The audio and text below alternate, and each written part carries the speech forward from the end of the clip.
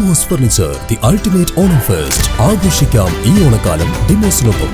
മുൻമന്ത്രി വി ശിവൻകുട്ടി നമ്മോടൊപ്പം ചേരുകയാണ്. ഇപ്പോൾ രക്ഷാപ്രവർത്തനത്തിനിടെ മരണപ്പെട്ട രാജേഷിൻ്റെ കുടുംബത്തെ സംബന്ധിച്ചിടത്തോളം ഒരു അവഗണന നേരിടുന്നുവെന്നാണ് അങ്ങ് ഉന്നയിക്കുന്ന ആരോപണം, അല്ലേ? ഞാൻ രാജേഷിൻ്റെ വീട്ടിൽ പോയിരുന്നതാണ്.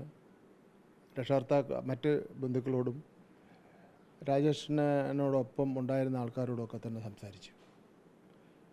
മാധ്യമത്തിൽ വന്ന കാര്യങ്ങളൊക്കെ തന്നെ മനസ്സിലാക്കി.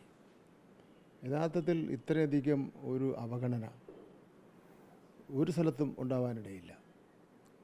രാജേഷ് ഈ കേരള സംസ്ഥാനത്ത് അങ്ങോളം ഇങ്ങോളം നടത്തിക്കൊണ്ടിരിക്കുന്ന സൗജന്യ രക്ഷാപ്രവർത്തനത്തെ സംബന്ധിച്ചിടത്തോളം എല്ലാവർക്കും അറിയാവുന്ന കാര്യമാണ്. അദ്ദേഹത്തിനൊരു അഡ്വഞ്ചറസ് ക്ലബ്ബ് തന്നെ പ്രവർത്തനം നടത്തുന്നുണ്ട്. കണ്ണൂർ പോവുകയും ഈ നേരത്തെ പറഞ്ഞ പോലെ അപകടം സംഭവിക്കുകയും ചെയ്തു.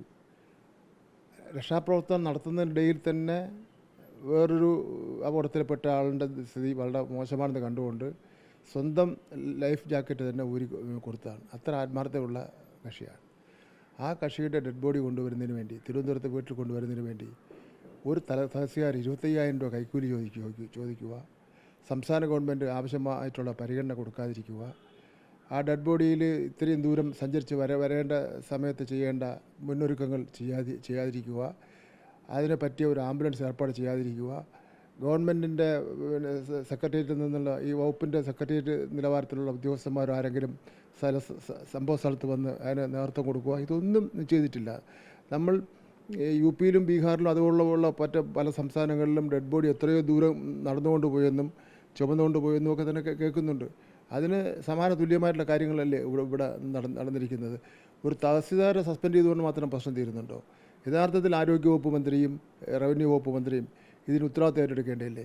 ഇതുപോലുള്ള നിരവധി സംഭവ വികാസങ്ങൾക്ക് സംസ്ഥാനത്താകെ കഴിഞ്ഞ 3 മാസമായി നടന്നുകൊണ്ടിരിക്കുകയാണ്. ആ സംഭവ വികാസങ്ങളെ സംബന്ധിച്ചിടത്തോളം ഒന്നും ഈ ബന്ധപ്പെട്ട മന്ത്രിമാർ അനങ്ങുന്നില്ല. മുഖ്യമന്ത്രിയാണെങ്കിൽ ഒരു RSSനെ സഹായിക്കുന്ന നിലയിൽ BJP സഹായിക്കുന്ന നിലയിലുള്ള കാര്യങ്ങൾ എടുത്തുകൊണ്ടിരിക്കുകയാണ്. അപ്പോൾ ഇക്കാര്യത്തിൽ സസ്പെൻഷൻ കൊണ്ട് മാത്രം ഒതുങ്ങേണ്ടതല്ല. മിനിമം ഈ 2 മന്ത്രിമാരും ഒരു പ്രസ്താവനയെങ്കിലും നടത്തണ്ടേ, എന്താണ് ഉണ്ടായത്, എന്താണ് കാര്യങ്ങൾ ചെയ്തതെന്ന് സംബന്ധിച്ചിടത്തോളം.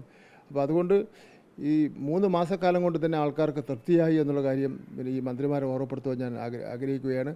മന്ത്രി മുരളീധരൻ പറഞ്ഞതെന്ന് പറഞ്ഞാൽ പ്രതിപക്ഷത്ത് ഇപ്പോൾ ഉള്ളവരും മത്സരിച്ച് തോറ്റവരും ആരും ഇനി വർത്തമാനം പറയേണ്ട, എല്ലാവരും വീട്ടിൽ ചെന്നിരുന്നാൽ മതി എന്നാണ് പറയുന്നത്. യഥാർത്ഥത്തിൽ ജനങ്ങൾ ഇപ്പോഴും തന്നെ വിധി മനസ്സിൽ തീരുമാനിച്ചു കഴിഞ്ഞാൽ ആരൊക്കെയാണ് ഇനി വീട്ടിൽ ചെന്നിരിക്കേണ്ടതെന്ന് സംബന്ധിച്ചിടത്തോളം.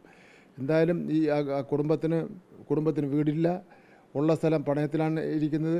വളരെ ദാരിദ്ര്യത്തിൽ താമസിക്കുന്ന കൂട്ടരാണ്. അവർക്ക് അടിയന്തരമായി സ്ഥലവും വീടും അതുപോലെ ആ കുടുംബത്തിനൊരു ജോലി കൊടുക്കുന്നതിനുള്ള നടപടി ഗവൺമെൻറ് സ്വീകരിക്കണം. എങ്കിൽ മാത്രമേ ഒരു ഇടപെടൽ ജനങ്ങൾക്ക് ബോധ്യപ്പെടുകയുള്ളൂ. അങ്ങ് പറയുന്നത് ഒരു തഹസീൽദാരുടെ സസ്പെൻഷൻ അല്ലെങ്കിൽ അദ്ദേഹത്തിൻ്റെ മാത്രം തലയിൽ കെട്ടിവെച്ച് ഇത് അവസാനിപ്പിക്കാൻ കഴിയില്ല, വീഴ്ച മറ്റിടങ്ങളിൽ നിന്നും ഉണ്ടായി, സർക്കാർ സംവിധാനത്തിനടക്കം പോരായ്മ ഉണ്ടായി എന്നാണ്. തീർച്ചയായിട്ടും സർക്കാർ സംവിധാനത്തിനടക്കം പോരായ്മ ഉണ്ടായി, പെട്ടെന്നുണ്ടായി. അത് അപ്പോഴേ തന്നെ പരിഹരിക്കപ്പെട്ടില്ലല്ലോ. 2-3 ദിവസം വേണ്ടി വന്നല്ലോ. ഈ ദിവസങ്ങളിൽ ഇടപെടാനുള്ള എല്ലാ ഇതുണ്ടായിരുന്നല്ലോ. ഞാൻ അദ്ദേഹത്തിൻ്റെ വീട്ടിൽ തിരുവനന്തപുരത്ത് കല്ലൂർ പോയി. ഒരു ഉദ്യോഗസ്ഥന്മാരും അവിടെ ഇല്ലായിരുന്നു. ഞാൻ പോയതിന് ശേഷം ആരെങ്കിലും വന്നിട്ടുണ്ടോ എന്ന് അറിയില്ല. അങ്ങനെയാണോ ഇത്തരത്തിൽ സ്വന്തം ജീവൻ പണയം വെച്ചുകൊണ്ട് മറ്റുള്ളവരെ രക്ഷപ്പെടുത്തുന്നതിന് വേണ്ടി പ്രവർത്തിക്കുന്നവരോട് കാണിക്കേണ്ട ഒരു രീതി തികച്ചും ഈ ഒരു ഗവൺമെൻറ് ജനവിരുദ്ധ ഗവൺമെൻറ്റായി മാറിക്കൊണ്ടിരിക്കുകയാണ്. ഇപ്പോൾ മറ്റൊരു കാര്യം, അങ്ങ് മുൻ വിദ്യാഭ്യാസ മന്ത്രി കൂടിയാണ്. അപ്പോൾ ഈ കാസർഗോഡ് കുമ്പളയിലെ ഒരു ക്വിസുമായി ബന്ധപ്പെട്ട വിവാദം ശ്രദ്ധയിൽപ്പെട്ടിട്ടുണ്ടാകും. ഏറ്റവും കൂടുതൽ ശിക്ഷ അനുഭവിച്ച സ്വാതന്ത്ര്യ സമര സേനാനി ആരെന്ന ചോദ്യത്തിന് VD സവർക്കർ എന്നായിരുന്നു ഉത്തരമുണ്ടായിരുന്നത്. അപ്പോൾ ആ ചോദ്യം തയ്യാറാക്കി അധ്യാപകനെ ഇപ്പോൾ സസ്പെൻഡ് ചെയ്തിട്ടുണ്ട്. ഈ പറഞ്ഞതുപോലെ തന്നെ അധ്യാപകൻ്റെ മാത്രം വീഴ്ചയാണത് എന്ന് കരുതുന്നുണ്ടോ? കഴിഞ്ഞ 5 വർഷക്കാലമായി ഇങ്ങനൊരു ക്വസ്റ്റ്യൻ പേപ്പർ ആരും തയ്യാറാക്കിയിട്ടില്ലല്ലോ. ഇപ്പോഴെന്തുകൊണ്ട് തയ്യാറാക്കുന്നു? മുഖ്യമന്ത്രി അടക്കം ഇത്തരത്തിൽ ഉള്ള ചില നിലപാടുകളുടെ അടിസ്ഥാനത്തിലാണ് ഇങ്ങനെ ഒരു നിലപാട് അവിടുത്തെ അധ്യാപനം എടുക്കുന്നതിന് വേണ്ടി തയ്യാറായിട്ടുള്ളത്. ഇല്ലെങ്കിൽ ഇത്തരത്തിലൊരു ചോദ്യപേപ്പർ ആരെങ്കിലും തയ്യാറാക്കുമോ? ചോദ്യപേപ്പർ തയ്യാറാക്കുന്നതിനൊക്കെ ഒരു രീതിയുണ്ട്, ഒരു മോഡലുണ്ട്. അതനുസരിച്ച് മാത്രമേ ചെയ്യാൻ വേണ്ടി പറ്റുള്ളൂ. അത് കേരളം ഈ അധ്യാപക സംഘടനകൾ, എല്ലാ അധ്യാപക സംഘടനകളും ഉണ്ടല്ലോ. ഉണ്ടെങ്കിൽ പോലും അവരെല്ലാം ഈ ചോദ്യപേപ്പർ നിർമ്മാണത്തിൽ പിന്നെ പങ്കെടുക്കുന്നവരാണല്ലോ. അവരാരും തന്നെ ഇങ്ങനെ പക്ഷപാതപരമായി ഏതെങ്കിലും ജാതിയോ മതത്തിൻ്റെയോ ഏതെങ്കിലും പാർട്ടിയുടെയോ പിന്നെ പ്രോത്സാഹിപ്പിക്കുന്ന രൂപത്തിലുള്ള ചോദ്യം ചോദിക്കാറില്ല. ഇത് ഇന്നിപ്പോൾ ഇന്നത്തെ സാഹചര്യത്തിൽ RSSനെ പിന്തുണയ്ക്കുന്ന BJP പിന്തുണയ്ക്കുന്ന അത്തരം ഒരു സമീപനം കേരളത്തിലെ മുഖ്യമന്ത്രി എടുക്കുന്നു. പിന്നെ ഞങ്ങൾക്ക് എന്ത് എടുത്തുകൂടാ എന്നുള്ളതാണ് അവർ സ്വീകരിച്ചുകൊണ്ടിരിക്കുന്നത്. ഇപ്പോൾ പാഠപുസ്തകം അങ്ങനെയാണല്ലോ NCERTയുടെ പാഠപുസ്തകങ്ങളിലെല്ലാം മാറ്റം വരുത്തിയത്. ആ മാറ്റത്തിനെ എതിർത്ത ഏക സംസ്ഥാനം കേരളമാണല്ലോ. അപ്പോൾ അങ്ങനെ എതിർക്കാനുള്ള ആൾക്കാർ മാറിയപ്പോൾ RSSൻ്റെ തനിരൂപം ഈ ബന്ധപ്പെട്ട അധ്യാപകൻ കാണിച്ചു. മേലിൽ ആവർത്തിക്കാതിരിക്കുന്നതിന് വേണ്ടിയുള്ള ഒരു പെർമനൻ്റ് സംവിധാനം ഉണ്ടാക്കേണ്ടതായിട്ടുണ്ട്. അതായത് നേരത്തെ സൂചിപ്പിച്ചു അധ്യാപകർക്ക് എന്തുമാകാം, അല്ലെങ്കിൽ ഇത്തരം പശ്ചാത്തലമുള്ളവർക്ക് എന്തുമാകാമെന്ന ഒരു ധൈര്യം ഉണ്ടായി എന്നാണോ അങ്ങ് പറയുന്നത്?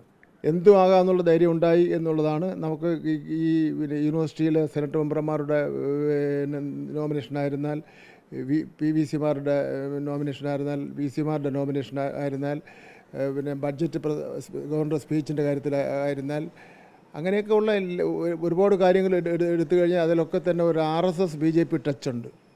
ആ ബന്ധം തന്നെയാണ് ഇന്ന് ഈ ഒന്നും ചെയ്യാൻ വേണ്ടി പറ്റുന്നില്ല മുഖ്യമന്ത്രിക്ക്. ഒരു ഡിപ്പാർട്ട്മെൻറ്റിനെ നിയന്ത്രിക്കാൻ വേണ്ടി പറ്റുന്നില്ല. ഒരു ഡിപ്പാർട്ട്മെൻറ്റിൽ പല ഡിപ്പാർട്ട്മെൻറ്റിൽ വരുന്ന തെറ്റുകൾ തിരുത്തുന്നതിന് വേണ്ടി കഴിയുന്നില്ല. പ്രതിപക്ഷ നേതാവായിരുന്നപ്പോൾ പറഞ്ഞത് തന്നെയാണ് ഇപ്പോഴും ആവർത്തിച്ചുകൊണ്ടിരിക്കുന്നത്. അല്ലാതെ അതിൽ നിന്നും ഒരു ഇഞ്ച് മുന്നോട്ടോ പുറകോട്ടോ പോകുന്നതിന് വേണ്ടി പറ്റിയിട്ടില്ല.